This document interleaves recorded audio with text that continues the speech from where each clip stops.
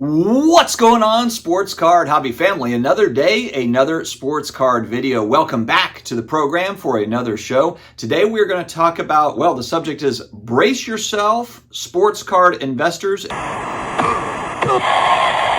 In quotation marks, could also be sports card speculators and even sports card collectors. We'll talk about some big picture stuff in the beginning of the video, but on the back end of the video, I will talk about one specific card that I badly want, but my hesitation into getting it now. There will be kind of an ongoing talk about this, but I'll give you a specific example, so make sure to stick around until the end of the video. Before I get started, huge thanks to today's video sponsor, COMC, COMC.com, your home for buying, selling, and trading sports cards and non-sports cards. We've got a promotion, guys. Basketball, 30% off Elite Select Submissions, eBay auction event, and Elite rebate. This special is going to run from September 25th, today, through the end of October, through October 31st, Halloween. So make sure to take advantage leading up to basketball season. I know everyone's excited about it. Now we've gotten started with the NFL season, and now, of course, a lot of card collectors will look to basketball season coming up next. So make sure to take advantage of this COMC promotion. All right, so on the channel, we have been talking about just kind of big picture economy stuff.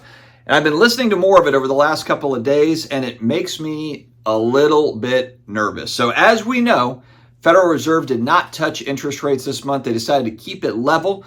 But when Powell was interviewed about this, he said that they felt that they were fairly close to achieving their goal. This is like the equivalent of me telling my kids when they ask for something in particular, maybe, fairly close. We just don't know. So not getting a straight answer, of course, from the Federal Reserve. But the thing that makes me more nervous about this, though, it doesn't really give you the warm and fuzzies that we're at the end of the interest rate hike season, or even that we're going to be lowering interest rates. It does feel like they're going to hold them steady for a period of time. And the other part of him saying we're fairly close, if you go back months and months, Jerome Powell has been talking about how low the unemployment rate is and how technically that's not a good thing for what they're trying to achieve. They basically feel that, hey, the employment rate is great right now. Everybody can go out and just get a job however they want to, and everything is great, right?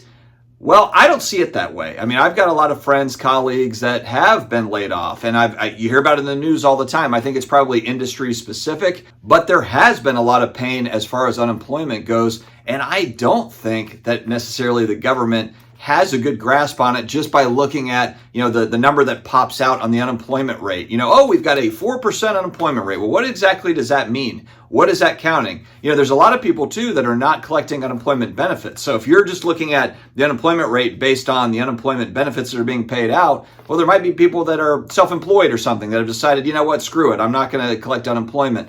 There are issues there to where that number doesn't properly reflect what's going on in the world. When you're paying attention to the news, credit card defaults, mortgage defaults, bankruptcies are up 18% from this time last year.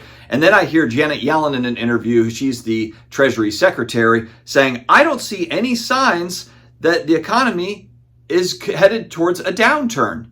This is the same person that said that inflation is transitory over the last couple of years, and also said, we didn't really see this thing coming with inflation. How on earth did you not see it coming when the government put out trillions of dollars of new money into the world, into the ecosystem? How would there not be inflation? It seems so obvious, but hey, she went to Yale. She knows better than all of us, right? So yes, I think that this really spells out unemployment will rise over the next little bit, over the next 3 months, maybe 6 months. It depends on how long they keep it going, how long they will keep that federal fund rate high, that positive federal fund rate. Will they continue to raise it? There has been a lot of chatter about they're going to raise it one more time before the end of the year. That's going to put a lot of pressure on the system, and that's kind of what they're trying to put pressure on it without breaking it. And I understand the need to curb inflation, but again, I've said it here, I think that inflation is just something that we have to accept. They're looking at all these different markers for certain types of inflation. Gas inflation, for example, is something that's way up. It's not up 4% or 5% or what you want it to be 2%. Gas is way up. It's up like 70 or 80% going back a year and a half, 2 years. It's way up. There are certain things that are going to be up that we can't really do a whole lot about, and raising interest rates is not going to solve it. And of course, when you raise interest rates, it's raising the interest on our own debt that is absolutely skyrocketing as a nation. So I know if you're outside of the U.S., this might not pertain to you, but there is a trickle-down effect. If the U.S. is not doing well, there seems to be a global effect on that. A lot of other countries are relying on tourist dollars from us. They're relying on trade. They're relying on all sorts of different factors. So if the U.S. is not doing well, it's not great for the global economy as a whole. But Dustin, what does it mean for cards? Well, let me get to that here. So, and obvious to me, I think what's obvious here is there's going to be folks that do lose their jobs, or they get cut back hours, or there's going to be issues there to where they don't have discretionary income for cards and or need to sell cards to pay bills.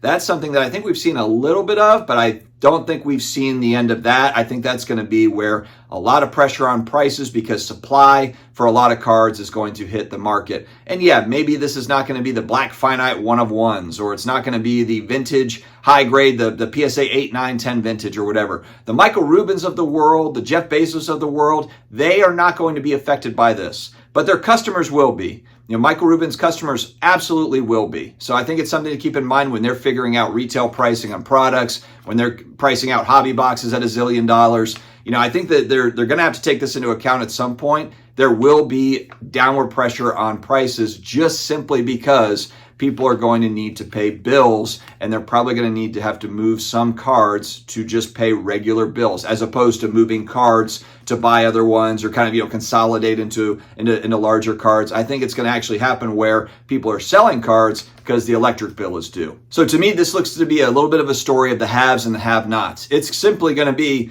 who keeps their job, who is lucky enough that doesn't get hit with layoffs, or doesn't, you know, their business is not affected. And this always happens with every sort of recession, depression, whatever you want to call it, downturn in an economy. The folks that can just hang on, if they're able to keep their employment and keep everything going, they're going to do great, because prices will get pushed down on certain things and they'll be able to buy in. It's really, I think, being in the right place at the right time for some folks.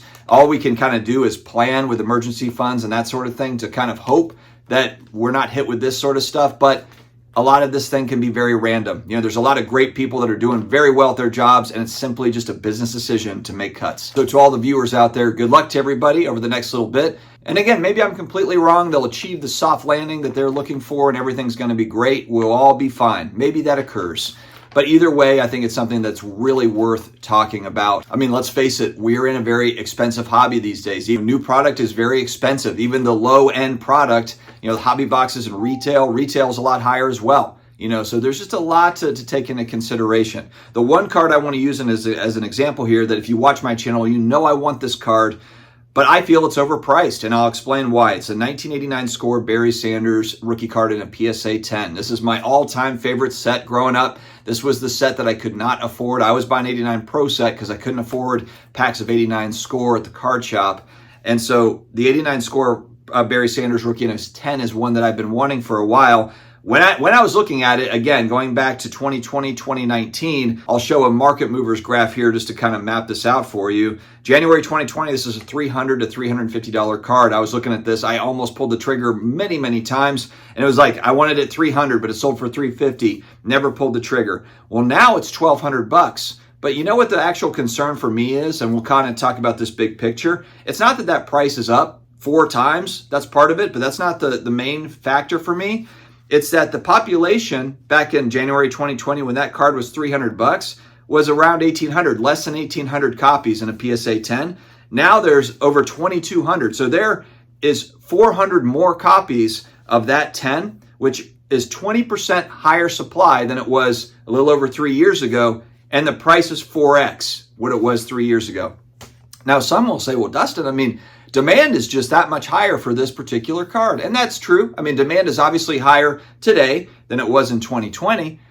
But I would argue that, well, if there's 400 more over the last 3 years, it's obviously not rare. Population's 2,200. What's the big rush for me? And what's to say in another 3 years that it's not 3,000? What if it's going up 20% over a course of, you know, a few years? What if it goes up another 20%? It's going to put downward pressure on this price. So I'm not in a huge rush for a card that I want to own and hold on to. I love the card, but not a rare card. You know, so this is an example, and there's many examples like this, and this is part of the reason why I've been looking harder at serial numbered cards. And again, I understand that there's also pitfalls with serial numbered cards. Now, I'm not saying that just buying serial numbered cards solves all the problems, because yes, The stuff they're putting out today, especially 2023, 2022, 2021 product, 2020 product, there's a zillion different parallels. You're trying to navigate all that. So there's not a right answer for it, but just a lot of these iconic rookie cards, whether it be this Barry Sanders in a 10, or if I'm going back to vintage, I'm looking to buy mid-grade stuff. So maybe I'm buying a 4, a 5, a 6. For example, I've got a Bart Starr rookie in a 4. But how many more of those are heading to grading? I'm looking at grading. There's 1.3 million cards a month being graded right now, pretty consistently. So what is the rush? I would almost rather wait until I see grading drop down to where it's like, okay, now it looks like they're not grading as many of these, or, grading has slowed down. So maybe we've hit kind of the end of that supply, or we're getting close to it. Right now it just seems like it's humming along to where, what is the big rush? Why not wait until some of this supply irons itself out here over the next couple of years, and we'll see what happens. But I don't know. Let me know your thoughts in the comments, friends. Stay healthy, stay awesome, and I will talk to you again later.